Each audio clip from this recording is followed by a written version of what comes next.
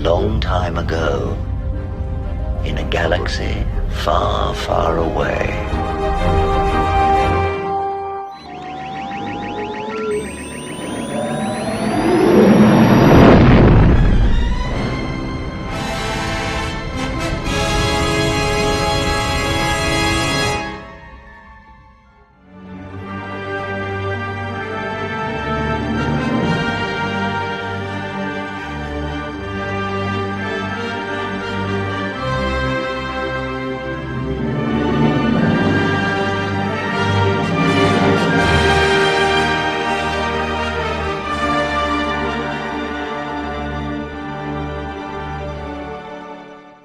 So this morning I was met with this headline from Variety. George Lucas backs Disney board and CEO Bob Iger amid proxy fight. Creating magic is not for amateurs. Now, George is a very significant owner of a lot of shares in Disney since he sold Lucasfilm to Disney in 2012. And I know a lot of people are going, well, why would he back Iger after he called Disney white slavers in that Charlie Rose interview in, what was that, 2015? After or 2016, 2015, after The Farce Awakens came out, and to basically leading to the disaster that is the sequel trilogy. First off, he's got personal connections with Iger. If you read Iger's book, he's extremely apologetic to George about what happened, trying to mend fences. That's a good political move and good diplomatic move and good business move on Iger's side because he needs George's shares and George's goodwill. So the political amateurs, obviously, or the media amateurs, obviously, are Nelson Peltz and Jay Rasulo, which is bullshit. Jay Rasulo was the CFO of Disney, and he basically, I think, probably knows the parks better than anybody. So he's really not an amateur. The amateur probably is Nelson Peltz. But when you hear him talk about what Disney means to him, it's very heartfelt and to the point. So why did George come out and endorse Iger and the board? Well, here's the letter. First off, I'll read part of the article. Star Wars mastermind has come out, George Lucas has come out with a statement supporting Disney's board and CEO Bob Iger, urging Mouse House shareholders to reject bids by two activist investor groups to take seats on the media company's board. Creating magic is not for amateurs, Lucas, a major Disney shareholder, said in a statement released Tuesday. When I sold Lucasfilm just over a decade ago, I was delighted to become a Disney shareholder because of my longtime admiration for its iconic brand and Bob Iger's leadership. When Bob recently returned to the company during a difficult time, I was relieved. No one knows Disney better. I remain a significant shareholder because I have full faith and confidence in the power of Disney and Bob's track record at driving long-term value. I have voted all my shares for Disney's 12 directors, and I urge other shareholders to do the same. Under Iger, Disney acquired Lucasfilm for $4 billion, a deal under which Lucas received 37.1 million Disney shares. Lucas, who had founded Lucasfilm in 1971, has estimated worth of $7.9 billion per the Bloomberg's Billionaires Index. He is Disney's largest individual shareholder, as reported by CNBC. At Disney's 2024 annual shareholders meeting, to be held virtually on April 3rd, investors will vote on rival board candidate slates. Disney's 12-member lineup: Nelson Peltz, Tran Partners, 2 nominees, Peltz and ex-Disney CFO Jay Rasulo, or 3 from investment firm Blackwell's Capital. Peltz, for one, has argued, I agree with him here, by the way, that Disney stock has underperformed the market and that the company needs to adopt and execute more urgent strategies to drive sustained and profitable growth.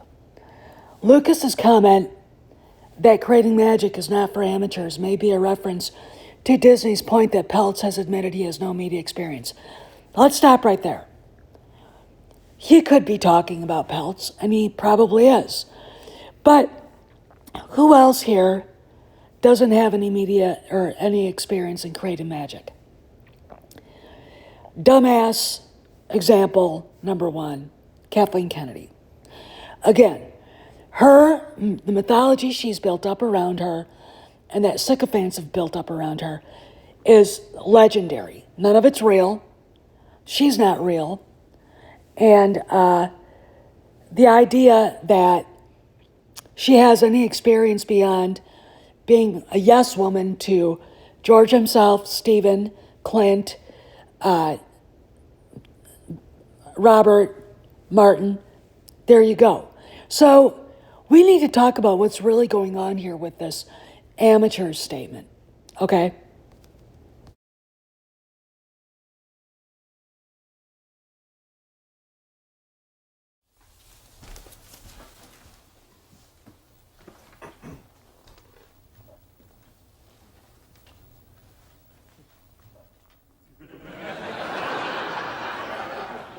Urinal cakes? I don't believe this. All these years, the doyenne of Seattle's elite, looking down her nose at everyone in sight. She owes it all to this. She's managed to have her urinal cake and eat it too. As I think we now have what's known in the legal profession as a bargaining chip. Oh, are you kidding? She'd give anything to keep... Hello, Marta. Like to speak to Maris. Oh, why not? Ah. She's in the final level of her guru's serenity training, the week-long vow of silence, day 6. No, Marta, that's all right. She doesn't have to come to the phone. Just give her this message. I've flushed out her family secret. Hello, Maris. Be here all night! Get out! That we do. On your fiery throne presiding over the damned. Oh, she's horrible. I've made a ghastly mistake.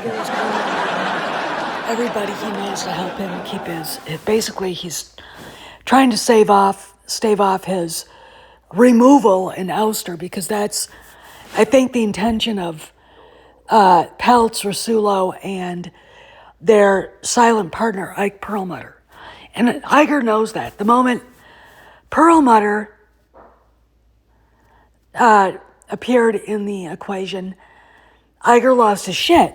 Okay, because they hate each other. So there's that. But creating magic isn't for amateurs. It means a lot of different people. And if you look at where Star Wars is, Iger can faithfully look at himself in the mirror, grab Kathleen Kennedy by the shoulders, and throw her under the bus. And that is likely why George came out with this. We've got, I swear to God, every day we wake up, there's something new that happened. So we had the rehabilitation of Gina Carano going on. We have the fact that the Acolyte, with really no fanfare, was announced to land on Disney Plus on the 4th of June. And a stupid poster that looks like a maxi pad, a stained one. And I've seen that meme running around. I even saved it because it's funny as hell. Which is perfect for Kennedy, because that's what it is. The amateur is Kathleen Kennedy. Let's just look at the way she treated Gareth Edwards. Let's look at the fact that Disney was so horrified by what happened in the background of TFA that they wouldn't let the late J.W. Rinsler, God bless his soul, post his blog about it. Those truths will come out. Those truths will come out about what really went on in the background of The Force Awakens. in the magic of The Force Awakens, though it's been tarnished now, will die. Okay. Then we've got the obscene way that Gareth Edwards was treated. We've got the shitty way that Colin Trevorrow was treated. We've got the absolute ludicrous way that Mark Hamill was treated, and Carrie Fisher. All right? I mean, when you look at The Last Jedi, okay, you look at that and go, oh shit. What the fuck? Why would you not listen to Mark Hamill? Okay. Yes, I can separate the actor from the character. Okay. He knows he sounds like an idiot. Hell, Mazurus thinks he's being paid to sound like an idiot, which, fine, whatever. I don't care. Soros has got deep pockets. Buying an actor. So, and buying that actor for billionaires is not that difficult. Okay. Drop a few $100,000 into their account every month, and they'll dance on a string for you. But why did George use that line about amateurs and not being an amateur and being able to make magic? It means both pelts, but it could also mean Kathleen Kennedy. Is this whole thing orchestrated around her finally leaving? I don't know. But when I look at it closely, and everything that's been going on since January, I'm starting to see movement just in the way PR is being handled. Everything in the background that we've heard is absolutely unbelievable. What's going on? And Acolyte comes out, who gives a shit? All right, we don't know. I don't even know how many episodes there are. Because no one knows what was filmed and what wasn't. And where did the money come from? These are questions that the big channels won't ask because they don't think that way. How come Karen McCarthy's lawsuit hasn't been settled? These are questions, okay, that need to be asked, but you're not going to get those questions asked by Nerdrotic and RK Outpost and anybody else for that matter. You'll just get me asking them, and smart people, because it's like, you know, where did, if Disney did not give Hedlund the money, then where the fuck did she get it? And why was Karen McCarthy fired after 2 weeks? What was Kennedy and McCarthy protecting? Okay, so now you look at George. He's supporting Iger. He gave all of his votes to Iger, all of his shares to Iger. So, okay, is this deeper than just protecting Bob's ass right now? I'd say yeah. I'd say ultimately, George was convinced in order for Lucasfilm to continue to repair itself and keep it away from maybe somebody selling it. That is a concern when you're talking about somebody like Nelson Peltz. That he had to use all of his shares and vote for Iger. But it also probably means that Kennedy's on the way out the door. This is Steph signing out. I'll see you around the galaxy.